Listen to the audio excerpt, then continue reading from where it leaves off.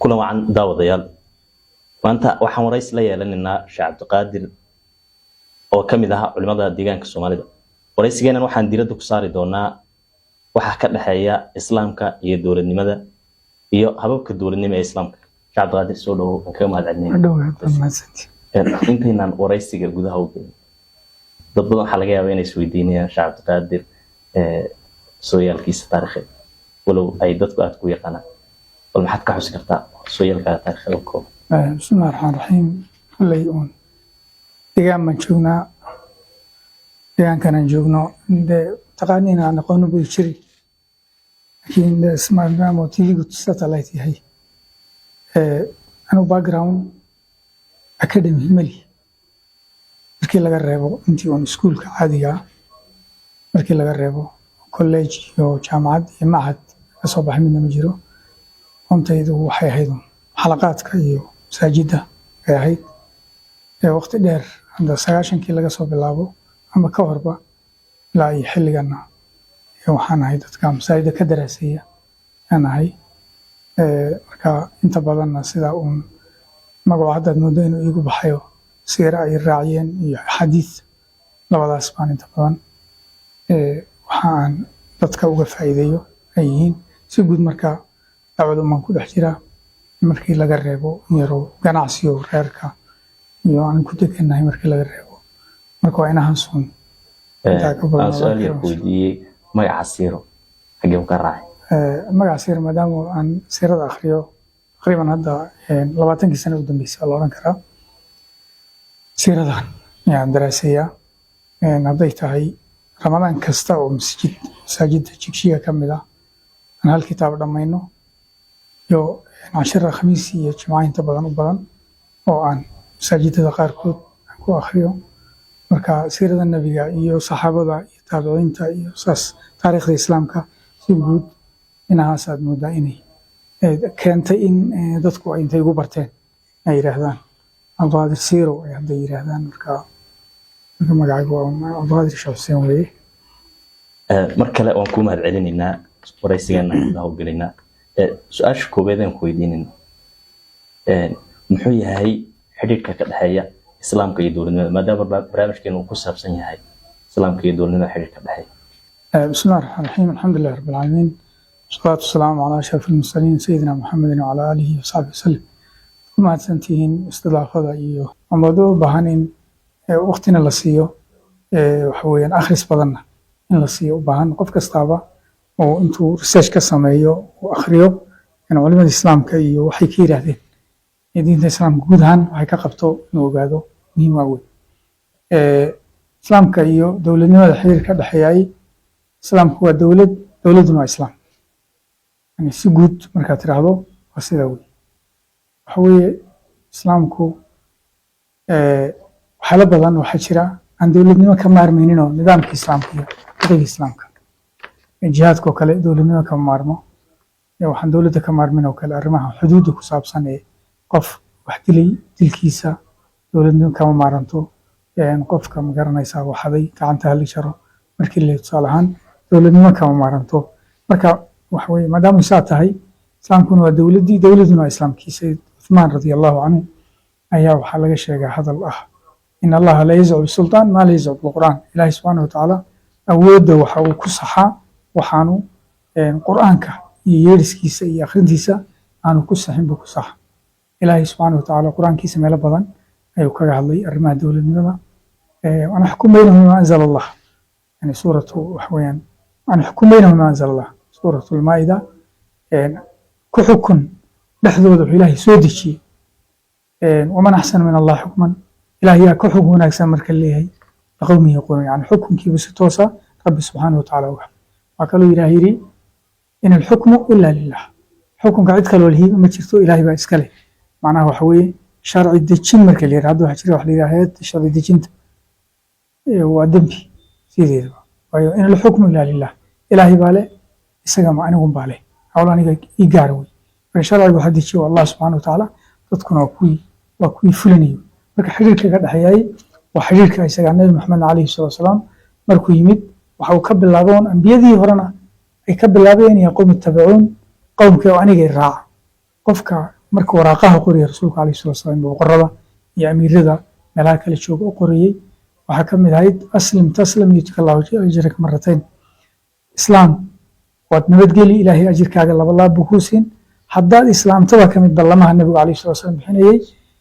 waxa weye nuwalliika maa taxta yadig dhulka intan hadda aad u taliso ee boqor ka tahay mas-uul baan kaaga dhigaynaa ka mid ahayd marka islaamku ma ogolo wax la yidhaahdo duceeye oo dad wax weye wadaaddaa iyagu duceeya iyo dad dowladahoo iyagu siyaasadda haya wax kala soconi ma jirto marka siyaasaddu waxa weeyaan waa qayb diinta islaam ka mid waa qayb caqiidada iyo tawxiidka ka mida weeyaan sidaan ognahay inta badan waxaan rabnaa islaamkii iyo dowladnimadii oo xogaa la kala ilaalinaya sida iyagu kala duwan adna waxaad sheegtay inay ay islaamku iyo dowladnimadu ay isku mid yihiin oo ayna kala maarmin maxaa keenaya in la kala ilaaliyo islaamka iyo dowladnimada xaqiiqatan waxaa keenaya nidaamka caalamiga ah ee socda waxaa jiray islaamku markii uu yimid dee sidan uu qaabkan ku yimid sidaasu marka adduunka ku maamulay dowlad ballaadhan oo xagga barigana xuduudda shiinaha gaadhay xaggana waxa gaadhay waxa weeyaan Spain iyo Portugiiska gaadhay dhanka iyo Russianka marka la yiraahdo dowladaha Soviyetka la oran jiray oo dhan wada gaadhay ayaa dowlad xukuumad aad u ballaaran ayuu islaamku sameeyey marka gaaladu waxay isku dayeen in badan inay dowladdaas caabiyaan wala caabin kari waayey markii deedna uu yimid nidaamkan kaniisaddan naftiisu saasuu u yaalay oo waxa weeyaan in ay kaniisaduni ummadda xukunto iyadoo dowladu ahaato iyadoo siyaasaddu hayso yahayd deedna kacaankii sayniska kacaankii la odhanayey ayaa yimid wuxuuna ku yimid markii ay kaniisaddu noqotay nidaam aan la fahmi karin oo adag oo bilaa naxariisa oo aan fikir aan dad u ogolayn aqoon la soo kordhi aan u ogolayn oo cid kastoo aqoonyahana kurka ka jaraysa fikir fiican keenta kurka ka jaraysa deedna qarnigii 18aad ayaa deedna kacaankii saynisku yimid oo kaniisaddii lagu kacay markaasaa deedna la yiri kaniisaddu waxay ku xariisnaata halka markaasaa deedna la keenay wax la yidhaahdo lillahi maa lilaahi waliqaysar maa liqaysar waxa weye ilaahina masaajidkiisa kaniisadiisa loo daayo kaniisadan waxa weeye muxuu ahay qaysar oo boqorkii roomaanka u talinayay weeyaan dowladdii romaaniyiinta la odhanayey qaysarna dowladnimadiisa iyo kursigiisa loo daayaba markay saas ku timid markaasaa deedna waxay noqotay in faslu diin can dowla in la kala saaro dowladdii iyo siyaasaddii dowladdii islaamkii in la kala saaro siyaasaddii islaamkii in la kala saaro yaa timid markaasaa deedna waxa weeyaan sida ay ku barnaamijkaas saa ku hirgalay marka waxay ku talagaleen in islaamka inay sidaa ku dabaqaan way soo socotay marka deedna ilaa iyo lagu guuleystay 1924 in khilaafadii islaamkii jirtay ee Uthmaaniyadda ahayd in la dumiyo markaasaa deedna la hirgeliyay nidaamkii ahaa in faslu diin can dowla dowladaha yaryar ee muslimiinta ee faraha badan ee la aasaasay dhammaantood waxaa lagu aasaasay nidaamkaas reer galbeedka ee ah in la kala soco siyaasadda iyo dowladda in la kala soco ama laakiin markii la yidhaahdo mowqifka islaamka iyo markii la yidhaahdo waxa weye inaga waxay noo taalla waxa weye inaan teeni un baa sax marka waa waxa weye ilaa markay soo noqoto halkii unbay noqonaysaa ka bilaabin bay ka dhiganta culimadu waa dadka ay bulshada ku daydaan kaalin caynkee ayay ku leeyihiin dowlad nidaamkeedu islaamiya xaqiiqatan waxa weeye culimadu waxa weeyaan dhinac walba waa haddii la yidhahda siyaasaddii kuwii la rabo inay dadka u hayaan haddii la rabo waxa weye cilmigii iyo shareecadii kuwii la rabo inay dadka u hayaan markaad soo eegto nebi maxamed calayhi salatu wasalaam sheekhii dadka kitaabka u hayay buu ahaa wuxuu ahaa xaakimkii ama madaxweynihii dadka kursiga ugu fadhiyay buu ahaa khulafaa raashidiin saasay ahaayeen saasay weligeed ku soo socotay dowladdii umowiyiinta dowladdii cuthmaaniyiinta dowladdii cabaasiyiinta dowladdii cuthmaaniyiinta qaabkaasay kusoo socotay tii unbaa marka haddana meesha taallo oo dadka muslimiinta iyo culimada gaar ahaan waajibka saaran waxa weye inay ka shaqeeyaan oo ka howlgalaan sidii ay islaamkii noocyaha ay u soo celin lahaayeen oo ummadda waxa u taliyaayo kitaabka ilaahi noqdo calanka laa ilaha illa hu yahay ka korkooda bibanaya inuu noqdo kaalintay leeyihiin waa kaalin aan marnaba laga maarmaynin waana waajib muqadasa oo saaran culimada inta badan ma aragno culimada oo ka hadlaya nidaamka dowladnimo marka ma la oran karaa culimada laftooda waxay qayb ka yihiin in la kala ilaaliyo islaamka iyo dowladnimada maadaama ay isku arkaan xataa marka qaadaas weydiinayso inay isku arkaan inay masaajida un tukiyaan xaqiiqatan waa su-aal muhiim wey run waa saas wey saas u jirtaa waxaana taa keenay inta badan culimadu intooda badan waa culimadii iska taqliidiga la odhanayay culimadii iska hore weye barnaamijkan iyo hawshan aad uma fahamsana yani wax akhriyaanna way ahayd iyadoo kutubtii hore nafteeda ay ku qorayd siyaasa sharciya yaa la yidhahdaa nidaamka siyaasiga ah siyaasa sharciya la yidhahda kutub baa sideeda uga hadasha culimada islaamku ay uga hadleen waxay ahayd intay barnaamijkaa bislayaan inay si cusub boorka uga jafaano ay keenaan oo casharada ay masaajida ka bixinayaan dadka in lagu tababaro dowladnimada islaamka in lagu tababaro xerta in lagu tarbiyeyo dowladnimada islaamka tala rabay wey laakiin waa sidaad sheegtay gaabis baa jira gaabiska jiraay laba dhinac buu ku jiri karaa jahli ay culimada qaarkood ama badankoodu ay hawshaa kaga jiraan iyo cabsi nafteeda maadaama arrimaha hadda laga dhigay dembi ba laga dhigay cabsi inay jirto in qaabkaa looga hadlo inay dadku arkaan culimada naftoodu arko in waxna lasu raaci karo inay aragto taasaa inta badan yaa keenaysa laakiin waa waajib muqadasa qof kasta oo culimada islaam ka mid ah yani sunnaha nabiga alayhi salatu wasalam waxaa la yidhahdaa sunno walba wuxuu u baahan yahay sidiisa in loo noolay marka sunnayaasha la dilay in la soo nooleeyo waxaa jira dadka qaar aaminsan inay mustaxiil tahay in la helo dowlad islaami dowladaan la heli karin iyagoo ugu magac daray ad-dowlatu mustaxiil arrinkaas adiga maxaad ka leedahay runtii waxa weeyaan waa quusta jirta oo dadku markuu iimaanku ka dhaawacmo quus baa timaada laakiin waxa weye nabigu waxaanu ku soconaynaa bishaarooyinkii nabi maxamed alayhi salatu wasalaam nabi maxamed alayhi salatu wasalaam bishaaro taariikh soo yeelatay oo inteeda badan lasoo arkay oo hal qodobun ka dhiman yahay inta kaleo dhan lasoo arkay buu ku bishaariyay rasuulku alayhi salatu wasalaam wuxuu inoo sheegay rasuulku inay jirto nubuwa waa xilliguu rasuulku joogay waa nubuwa la yidhahdo waqtigii nubuwa ثم تكون خلافة على نهج النبوة وحير النبي عليه الصلاة والسلام وحي من دونتا خلافة منهج كي النبي النبوة كسعطاء من دونتا وحويان أفرتي خليفة أبو بكر عمر عثمان علي يحسن أن علي والله قدروا اللي حبلوا يسووها صوتا صنع إصلاحي أيالي هذا وخلافة منهج كي النبي عليه الصلاة والسلام كسعطاء أيضنا ولا صومر ونصارك أصدح هذا حوشي رسولك عليه الصلاة والسلام ثم يكون ملكا عدودا وحي من دونا بقرتنمو goosdameedka lagu qabsado oo cidda boqortinimadaas haysataay kursiga ay kala dhaxlaan yaa iman doonta ibn nabiga alayhi salatu wasalam taasina waxay ahayd tii la soo arkay khilaafadii umawiyiinta khilaafadii cabaasiyiinta iyo khilaafadii cuthmaaniyiinta thumma yakunu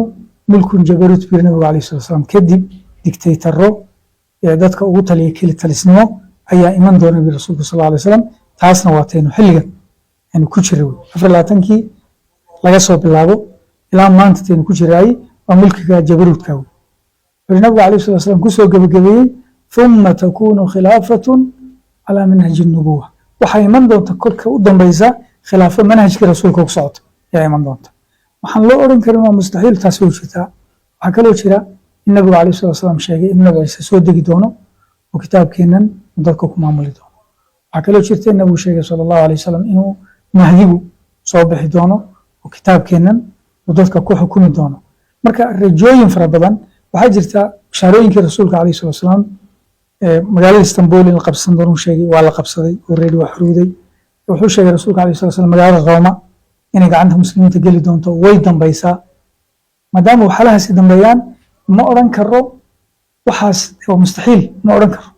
laakiin waxa weeyaan waqtigoodii baan la gaadhin ilahay ugu talagalay baan la gaadhin laakiin waa inaan u aamino nabi maxamed alayhi salatu wasalam sida halkiisa in ruuxan u aaminsanahay in quraanku runimadiisu aaminsanahay inay dhici doonto iman doonto waa inaan aamino ku qanacsan waajib inuu tahay inaan ku qanacsan rajahana waa inaan qabno dadkan in rajaha laga dilay maahe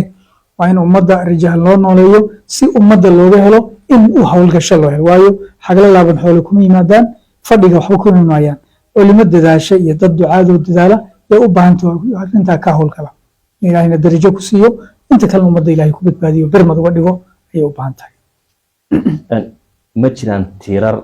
ay ku dhisan tahay dowladnimo islaam yani haddii dowladnimada islaamka la helo ma jiraan tiirar ay ku dhisan tahay xaqiiqatan horta dee tiir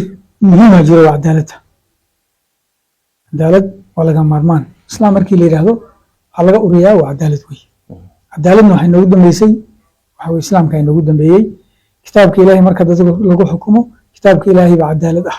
cadaaladda dhabta ah marka waxyaalaha kale oo dhani isagay kasii farcamayaan laakiin waxaasaan kuu sheegay waxaa jira fanni dhan oo fiqiga islaamka ka mid ah oo siyaasa sharciya la yidhaahdo oo culimada qaarkood imaam maawardi sheekha la yidhahdo kale imaam ibnu taymiya oo kale uu ka hadlay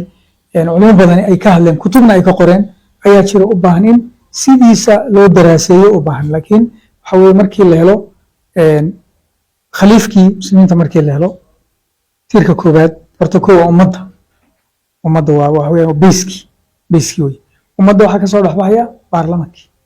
oo majlis shura lagu magacaabo yaa kasoo dhexbaxaya majlis shura wuxuu ku imanayaa doorasho ay ummaddu dooratay ayuu ku imanaya qaabkan hadda dimuqraadiyadan uu ka duwan yaho qaab waxa weeyaan yaa maxay noo dana iyo dad la yidhaahdo ahlulxalli walcaqdi decision makers dad la yidhaahdo ay soo durtaan majlis shuraha waxaa kasoo dhexbaxaya khaliifkii ummadda u talinay baa kasoo dhexbaxaya tiirarka marka rasmiga marka la yidhahdo dhinaca dhaqaaqa shaqada marka la yidhahdo waa saddexda tiirka weyn ee muhiimka ama dalada weyn ee lahoos yimaadaana waa cadaaladda iyo kitaabka ilaah weeyaan marka waa in ilaa ay ummaddii lagu abaabulo sidii barnaamijkaasi u hirgeli lahaa lagu abaabulo qofka dadka muslimiinta khaliifka u noqonaya ma jiraan shuruudo looga baahan yahay nacam shuruudo looga baahan yahay jira shuruudaha looga baahan yahay waxa u horeeya waxa weeye inuu diinta ilaahay si fiican u yaqaano qof macnaha gaadhay darajo mujtahidnimo ka gaadhay waa inuu noqdo sidii lagu dooran jiray waxay ahayd abubakar iyo cumar iyo cuthmaan iyo cali waxay ahayn saxaabta raggii cilmiga sharciga dadka ugu yaqaanay bay ahayn marka masale fiqiga loo baahdo dadka la weydiiyaan maadaama rasuulka booskiisii ay joogeen taas waa ta koowaad ta labaad waxa weeye inuu yahay qof aan been lagu aqoonin totally wax been la yidhaahdo yani caadil baa la yidhahdaa waa in cadaaladiisu dhamaystiran tahay waa inaan taariikhdiisa aan lagu haynin iyo backgroundkiisa waa inuu jirin wax la yidhaha been yani laga sijiyeyba taariikhda loogu daray waa inaanu lahayn halkaasi marka yay ka soconaysaa waxaa kamid a caafimaadkii qofka caafimaadkiisi baa kamid a in ruux indhoolaa unan ahaanin baa kamid a laakiin waxa ku saabsan qabiilka iyo waxlaha saasoo kale hadda islaamku ma qiimayo inuu ognahay islaamku qiya nabigu alayhi salatu wasalam wuxuu inoo sheegay wain ta'amara calaykum ismacuu waatiicuu wain ta'amara calaykum cabdun xabashiyin maqlo ateeca addoontima gunguntanba madaxa idiin noqda yiri nabigu alayhi salatu wasalam waxaa jirta sayid cumar radiallahu canhu markii uu dhimanayey waxaa lagu yiri maad khaliif dardaarantid wuxuu yidhi haddii uu nin la yidhaahdo saalim mawla abi xudayfa uu noolaan lahaa isagaan u dardaarmi lahaa buyiri saalimna sidiisa waxaa la yidhahdaa waa nimaan la aqoonin aabba iyo hooyo dhalay midnaba lama yaqaano waxaana keentay dhibaatada ku timid waxaayeed dadku waa la kala dhex jirta xoolaha loo dhaca dadka loo dhex jira addoonnimo wax la yaaba jirta isagoo yar oo 3 jiraa la dhacay meel laga soo dhacay ma yaqaano dadkiis ma yaqaano saasuu kaga lumay deedna islaamkiiba noqday deedna ragga ugu waaweyn islaamka ayuu ka mid noqday marka saalim oo abu xudayfa xoreeyey unbaa la yidhahdaa mooyaane saalim in ayihiisa lama yaqaan ninka aan in ayihiisa la aqoonin ayuu sayid cumar yiri waxaan isagaan ka dhigi lahaa khaliifaan ka dhigi marka waxyaalahaas inagu ma qiimayno laakiin kuwa ugu muhiimsani waa inuu cadaaladda qof akhlaaqdiisu dhamaystiran tahay isla markaa yaqaana shareecada islaamka si fiican u yaqaana wixii looga bahdaba ka jawaabi kara waa inuu yahay ugu muhiimsan islaamku ma ka soo horjeedaa in la samaysto dastuur iyo xeerar aan diinta islaamka ka hor imaanayn mise qur-aanka oo duuduuban baa dowladda muslimka dastuur u noqonaya maya wax jira wax la yidhaha taqniin qaynuunayn baa jira qur-aanku uu duduubay saad sheegtay waxaa fasiray nabiga calayhi salatu wasalaam yaa fasiray litubayina linnaasi ma nuzila ilayhim bu ilahi subxaana wa taala u leeyahy nabi maxamedow inaad dadka u caddayso qur-aankan ku soo degay inaad u caddayso haddana qur-aankiina waa lasii tafsiiriyey oo rasuulku wuxuuna ka sheegin baa laga sii sheegay xadiidkii nabigana calayhi salatu wasalaam waa lasii tafsiiriyey oo waxaanu rasuulku ka sheegin ayaa laga sheegay kadib haddana waxaa timid fuqahadii islaamka fiqhi bay ka soo saareen fiqhi shaafici fiqhi xambali fiqhi fulaan la yidhaahdo kutub fiqiga la qoray kutubtaa fiqiga waxaa lagala soo dhexbaxay qur-aankii xadiidkii yaa lagala soo dhexbaxay fahamkay ka fahmeen raggii culimada waxay ka fahmeen saasoo kale markay noqoto dastuur ummadda in loo sameeyo dastuurkaas waxaa la rabaa uun qodobadiisu inay noqdaan meesha soorsi u ahay laga soo qaadanayo inay diintii islaamka iyo shareecada islaamka ay noqoto unbaa la doonayaa mooyaane waxa weeye aayad qur'aan unba meesha lama qoriyo qodob hebel qodobaasa la qoraya qodobadaasi kulligood waa inay sal ku wada leeyihiin qur'aankii iyo xadiiskii waa inay sal ku leeyihiin marka qaynuuneyn baa la yidhahdaa waana loo baahan yahay waayo waxa weeye haddii aan dadkii loo faahfaahin dadka mutakhasisiinta kuwa qaynuunka dejintiisa mutakhasisiin kuwa ayna u samaynin waxaan duuduuban cidima fahmi karto marka waa in taan la sameeyo waa inay dadka mutakhasisiinta ku yahay hawlahaas ay qaataan marka waa la ogol yahay urtidu si loo helo dowlad islaam ah aragtida ayaa la qaadanayaa ma shiicada ma sunniga ma suufiyada ma salafiyada aragtida waxa aragti horta la yiraahdo oo islaamku aaminsan yahay gaari ma jirto shiicana islaam inaan ku tirnaa waqalada markaynu eegno qaabka u dhaqmayaan iyo isagu nool yihiin waxay aaminsan yihiin inaan islaam ku tirino oo islaamku u tirina maanta oo yiraahdo madhabka shiiciga madhabka sunniga ayada nafteeda khalada marka taa ka timaado suufiyaduna wax weeyaan waa wax loogu talagalay wax kale ma waa u nafta sidii loo hagaajin lahaa bay ka sheekeen salafiyaduna waxa weeyaan uu ilaha waa tawxiidkii caqiidada arrimaha ku saabsan weeyaan ama in nidaam islaami la asaaso waxa la oranayaa halkeedu rasuulku ka soo bilaabay yaa la oranaya rasuulku wuxuu ka soo bilaabay inuu dad helo ka soo bilaabay waa bayskiya marka ummadda wixii la oranayay ayaa la samaynaya ummadda maanta afkaaro kala duwan ay aaminsan tahay ummad fikirka islaamka kulligeed wada aaminsan oo islaamku inuu xal yahay wada aaminsan waa in la helo ugu yaraan majority waa in la helo oo hadhow markii loo baahdo codka dee taageerto oo xojisa waa in la helo marka waa in kow horta la helo dadka islaamiyiinta raba inay dowladnimo islaam sameeyaan meel u madax bannaan oy degaan oo ka baxsan dowladaha iyo siyaasadaha jira meel ka baxsan oy degaan waa in la helo nabiga calayhi salatu wasalaam ilaa uu madiine yimid oo madiine dowlad ka sameeyey oo dowladdaasina ay yuhuud iyo mushrikiin iyo muslimiin ka koobanta uu sameeyey ma uunan hawl kale u dhaqaaqin keliya waxaa ahayd markii maka la joogay dadka in caqiidada laga soxo tawxiidka lagala hadlo bay laakiin markii madiine la yimid hawshu way ka gudubtay jihaadkii baa la waajibiyey waxaa timid in zakadii la bilaabo waxaa timid in soonkii la bilaabo arkaantan islaamka oo dhan waxay waajibkeedu ku yimid madiine markii la yimid marka waa in marka ugu horeysa waa in markii dad badan la helo dadkaasi meel ay dhashooda dhigtaan oy degaan oo halkaa deedna kasoo magaranaysaa kasoo amba qaadaan kasoo intilaaqaan dadka adduunka maadaama muslimiinta ku baahsan tahay cid walba meesheeda dacwada lagu gaarsiiyo waa in la helo waa in markaa step by step kaas waa in loo socdo ilaa laga gaadho in ummaddii markii la helo deedna wax weyn dowladnimada lagu dhawaaqo ilaa la helo waa in wadadii rasuulka un lasoo qaado wey oonu maanta ognahay inayna jirin oonu kow ka soo bilaabay maadaama magacyadan lala kala baxay suufiyo salafiyo dadkii dowlad islaama ina dhisaan laga sugi lahaana ay culimad yihiin magacyadan ayna kala baxeen qaab noocaha loogu heshiin karayaa nidaam dowladnimo islaam oo heshiis lagu yahay wax aad u dhibeer wey nidaamka dowladnimadu waa nidaam dadkii oo dhan dan u ah ma aha nidaam salafiga taageeriya suufiyada riixaya ma aha nidaam ma aha waxa weeye sunniga soo dhaweynaya shacada riixaya ma aha laakiin waxa weeyaan waa nidaam dadkii dallad wada ah oo dadkooda hoos imanayaan midda kale waa saan kuu sheegay salafiyo idhaha wax kale ma ahe waa un caqiidadii ummadda in la hagaajiyo salafku saalix way aaminsanaayeen oo kale dib loogu celiyo tasawufku wax kale ma aha haddii uu saxan yahay sidiisa saxda dib loogu celiyo naftanun in la hagaajiyo naf adduunyada jacaylkeeda ku yaryahay aakhira ku weyn tahay naf noocaas oo cibaadada wanaajisa in la helo wey marka waa in culimadu ay ka badbaado waxa la yidhahdo qabyaalad diimeed inay ka badbaado oo aanan masaajidka intan ku wada jirtaay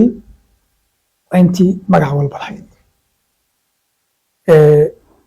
waxaan ka midaysannahay 99.99 taas shaki male magacyadan faraha badan ee jiraay markii shiica laga reebo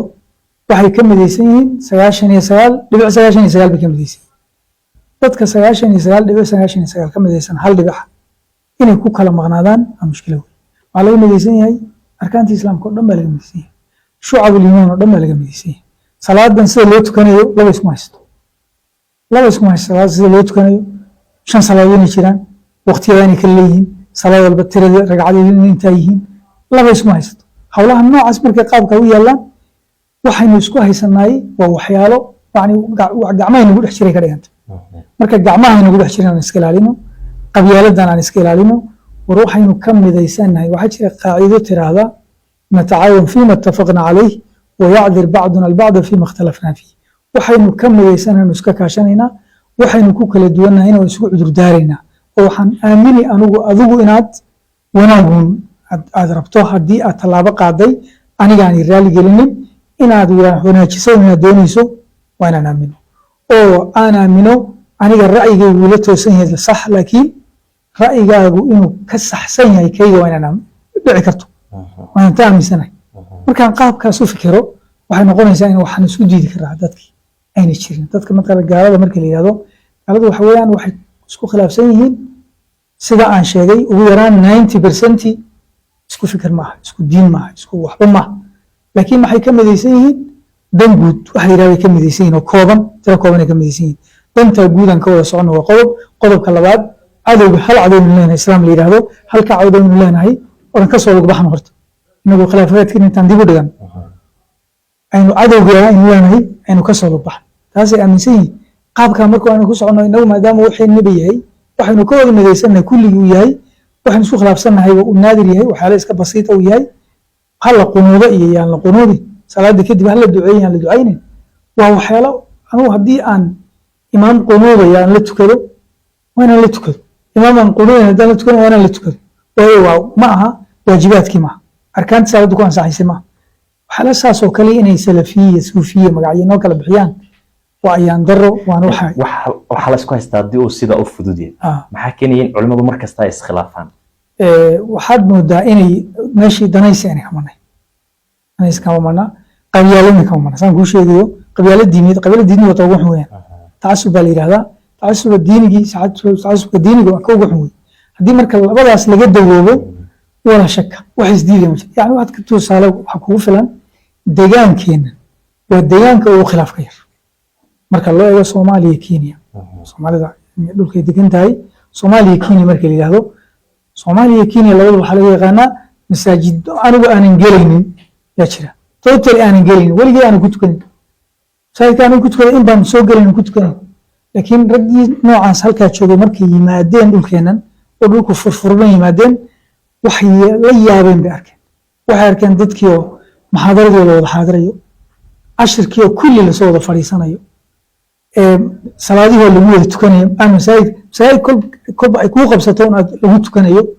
wax khilaafo ummadan ka dhexeeyo yaalaaba inuu yar yahay oona jirinba ayay arkeen markaas iyadii naftooda cashir fiican ay ku qaateen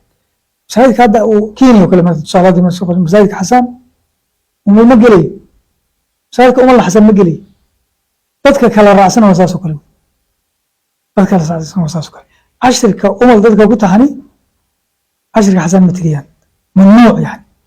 shaqo kama jirto deegaankeena kama jirto arrimahaas kama jiraan marka in waxaan uu yahay wax la sameeyey oo cadow sameeyey iyo tacasub inuu jiro gacmana nagu jiraan wala shak waa si dhigeed baan daweyn karaa qof kasta oo muslim ah ama islaam ah oo weydiiso dowladnimada islaam wuxuu ka oranayaa dowladnimada islaam loo baahan yahay waxay tahay sababta hortaagan in la dhiso dowlad islaam